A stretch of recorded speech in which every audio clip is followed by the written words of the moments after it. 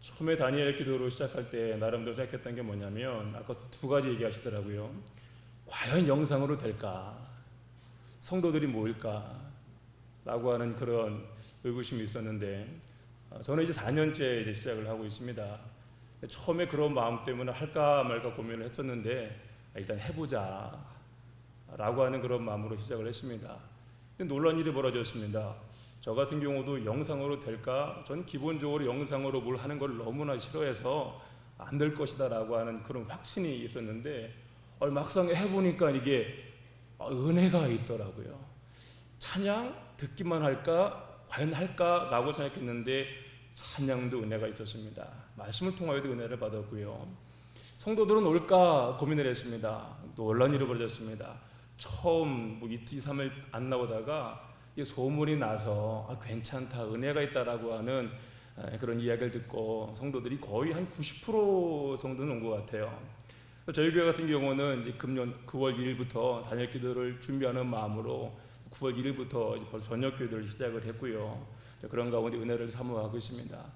그 소개뿐만 아니라 또 간증 얘기를 하라고 해서 어떤 걸 할까 고민을 해보니까 두 가지 생각이 나더라고요. 저는 두 가지 그 기도 제목을 항상 올렸습니다. 그 중에 하나가 뭐냐면 자녀를 위한 기도였고 교회를 위한 기도였습니다. 특별히 자녀를 위한 기도를 하는데 저에게는 딸 하나가 있습니다. 딸 둘이 있는데 이 딸 공부를 더럽게 못해요. 아버지 닮았으면 공부를 잘했을 텐데 엄마를 닮은 것 같아요. 그래서 공부를 잘 안 해요. 5월달부터 공부를 안 하겠다고 하더라고요. 대학도 안 간다는 거예요.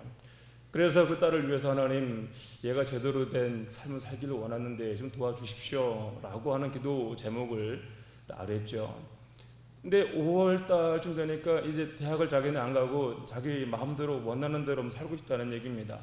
이름도 하영이거든요. 하나님께 영광 드리는 애가 자기 마음대로 멋대로 한번 살아보고 싶다라고 선포를 하는 겁니다. 그래서 그래 알았다, 네 마음대로 한번 살아라 라고 하면서 그걸 위해서 이제 기도하기 시작하는 거예요. 그런데 정말로 이제 수시는 이제 나름대로 1년 동안 공부를 잘해서 수시를 봐야 되는데 수시를 안 본다는 거예요. 그리고 아예 원서를 집어넣지 않았습니다. 하늘이 무너지는 것 같았습니다. 하나님 어떻게 하면 좋겠습니까? 도와주십시오. 그랬던 어느 날 와서 하는 말이 뭐냐면 정시를 보겠습니다. 야, 너 5개월 동안 공부도 안 하는 애가 뭔 정시야. 그냥 취업해서 돈 열심히 벌어가지고 헌금이나 해. 이렇게 말 나오려고 하다가 차마 그 말은 하지 못하고 알았다, 기도하마. 그리고 이제 그게 이 수능 옆에 다 연결되잖아요. 그거를 위해서 하나님 앞에 하나님 도와주십시오. 수능 때도 마찬가지 도와주십시오라고 하는 마음으로 간절히 기도했습니다. 하나님의 놀라운 역사가 있었습니다. 저는 이거를 특별 은혜라고 생각하는데 얘가 5개월 동안 공부를 안 하다 보니까 정식을 하는 게 쉬운 게 아니잖아요. 그런데 찍는 족족 하나님께서 맞춰주시는 이 기적이 일어난 것입니다.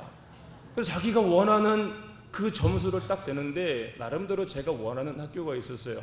그래서 저는 서울신대를 나왔기 때문에 우리 딸내미도 서울신대를 갔으면 좋겠다라고 하는 생각을 했는데 그 점수가 다른 데 가기도 애매하고 딱 서울신대 정도 갈 수 있는 점수가 딱 된 거예요.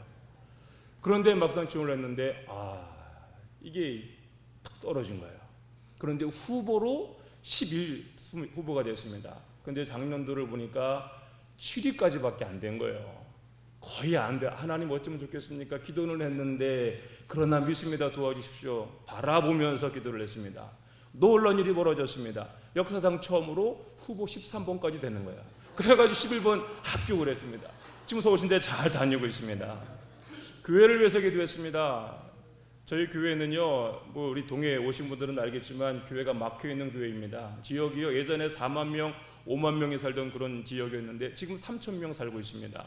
완전히 빈 지역입니다.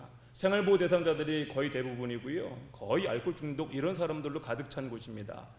제가 처음에 가서 하는 말이 뭐냐면 이 지역은 바뀔 수 있습니다. 변화될 수 있습니다. 도로도 날 겁니다 라고 선포했습니다. 지역 사람들 하는 말이 뭐냐면 목사님 그런 소리 하지 마세요. 말 안 되는 소리 하지 마세요. 이런 게 저에게 들려오는 소식이었습니다. 이것을 위해서 기도했습니다. 하나님, 이 땅이 변화됩니다. 이 땅이 도로도 나고 지역이 바뀌어지길 원합니다.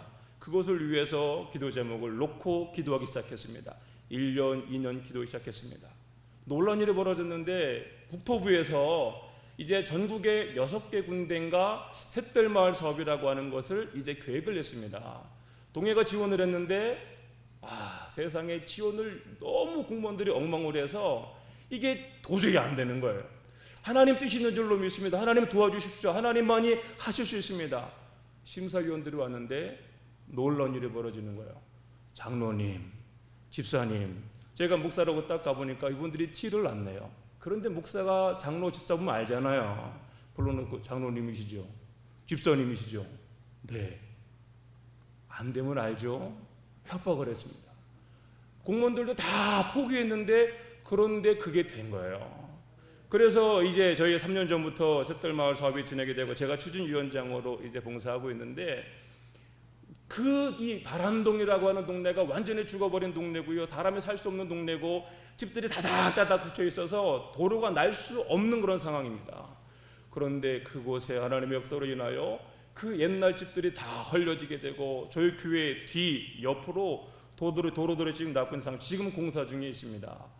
그래서 이제 지역 사람들이 얘기합니다. 목사님, 예전에 목사님 말씀하셨던 그것이 말도 안 되는 것처럼 생각을 했는데 정말로 목사님 말씀하신 대로 그대로 다 됐네요. 이런 간증을 들었습니다. 물론 그분들이 뭐 교회에 나오는 건 아니에요. 그러나 그럼에도 불구하고 그들이 교회에서 기도하고 목사님이 선포하니 뭔가 일이 벌어지는구나, 이런 일들을 경험하게 됩니다. 다니엘 기도 다 해보셔서 나름대로 그 가운데 누리는 은혜를 다 지금 경험했을 거라 생각을 합니다. 혹시 가운데 아직까지도 다니엘 기도 그게 될까? 영상으로 말돼? 큰 교회에서 죄송합니다. 제 편으로, 제가 시장 쪽에 살고 있기 때문에 시장 편으로 얘기한다라고 하면 돈지랄하는 거 아니야? 저는 또 큰 교회들 뭐 하는 거 이렇게 보면 별로 이렇게 좋아하는 사람이 아닌데, 그러나 막상 해보니 여기 하나님의 뜻이 있다.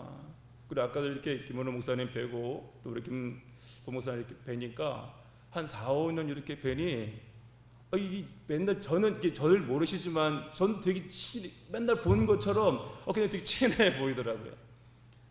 그런 거구나. 이게 영적 네트워크가 이런 것이구나.